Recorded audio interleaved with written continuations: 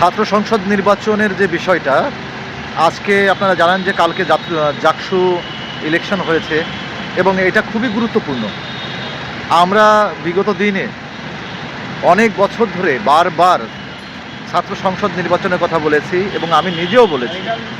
আসলে ছাত্র সংসদ নির্বাচনের একটা ভালো ফলাফল আছে।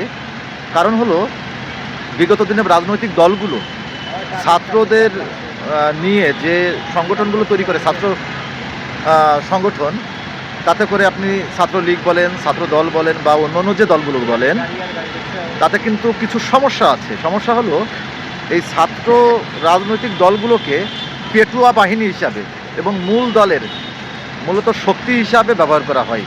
কিন্তু ছাত্রদের উন্নয়নের জন্য, তাদের জন্য ভালো কিছু করা বা সেই ধরনের পলিসি কোনো দলই গ্রহণ করেনি। ঠিক এই কারণেই আমরা বারবার বলেছি ছাত্র সংসদ ইলেকশন হবে। ছাত্র সংসদ হলে আসলে কি হবে? পরীক্ষিত, প্রমাণিত নেতৃত্ব নির্বাচিত হবে। তারা ইনস্টিটিউটের জন্য কাজ করবে, তার শিক্ষা প্রতিষ্ঠানের জন্য কাজ করবে। আপনার ইন্টারমিডিয়েট লেভেল থেকে ইউনিভার্সিটি লেভেল পর্যন্ত যত প্রতিষ্ঠান আছে, সেই প্রতিষ্ঠানে নেতৃত্ব বের হয়ে আসবে। ফলে তারা ওইখানে কাজ করতে গিয়ে প্রতি বছর যোগ্য নেতৃত্ব মূলধারার রাজনীতিতে যুক্ত হবে, যার ফলে বাংলাদেশের রাজনীতিগুলো যে নষ্ট রাজনীতি এবং নষ্ট চিন্তার যে খারাপ মানুষগুলো আছে, সেই খারাপগুলোর জায়গায় এই নির্বাচিত ছেলেপেলেগুলোই পরবর্তীতে এসে হাল ধরবে।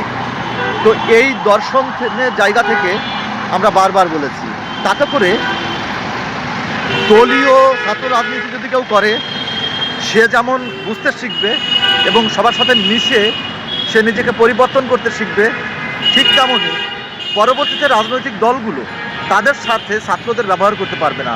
এতে করে হাঙ্গামা, মারামারি খুব কম হবে। আপনার ঢাকা ইউনিভার্সিটি সহ অন্য অন্য জায়গায় যেসব নির্বাচিত ছাত্র সংসদের প্রতিনিধি আছে, আপনারা খেয়াল করে দেখেছেন, সেখানে কিন্তু কোনো মারামারি 5ই আগস্টের পর থেকে হয়নি, তেমন হয়নি।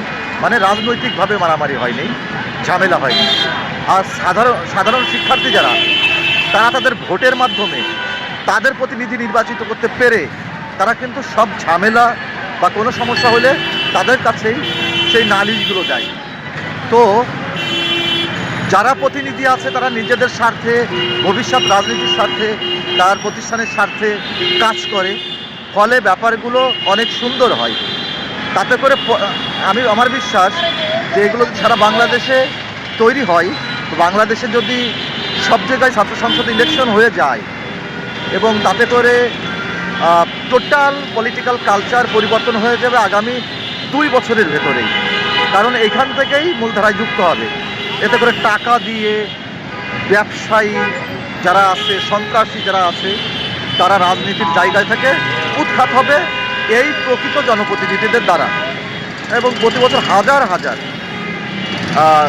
যোগ্য নেতৃত্ব যুক্ত হবে রাজনৈতিক দলের সাথে।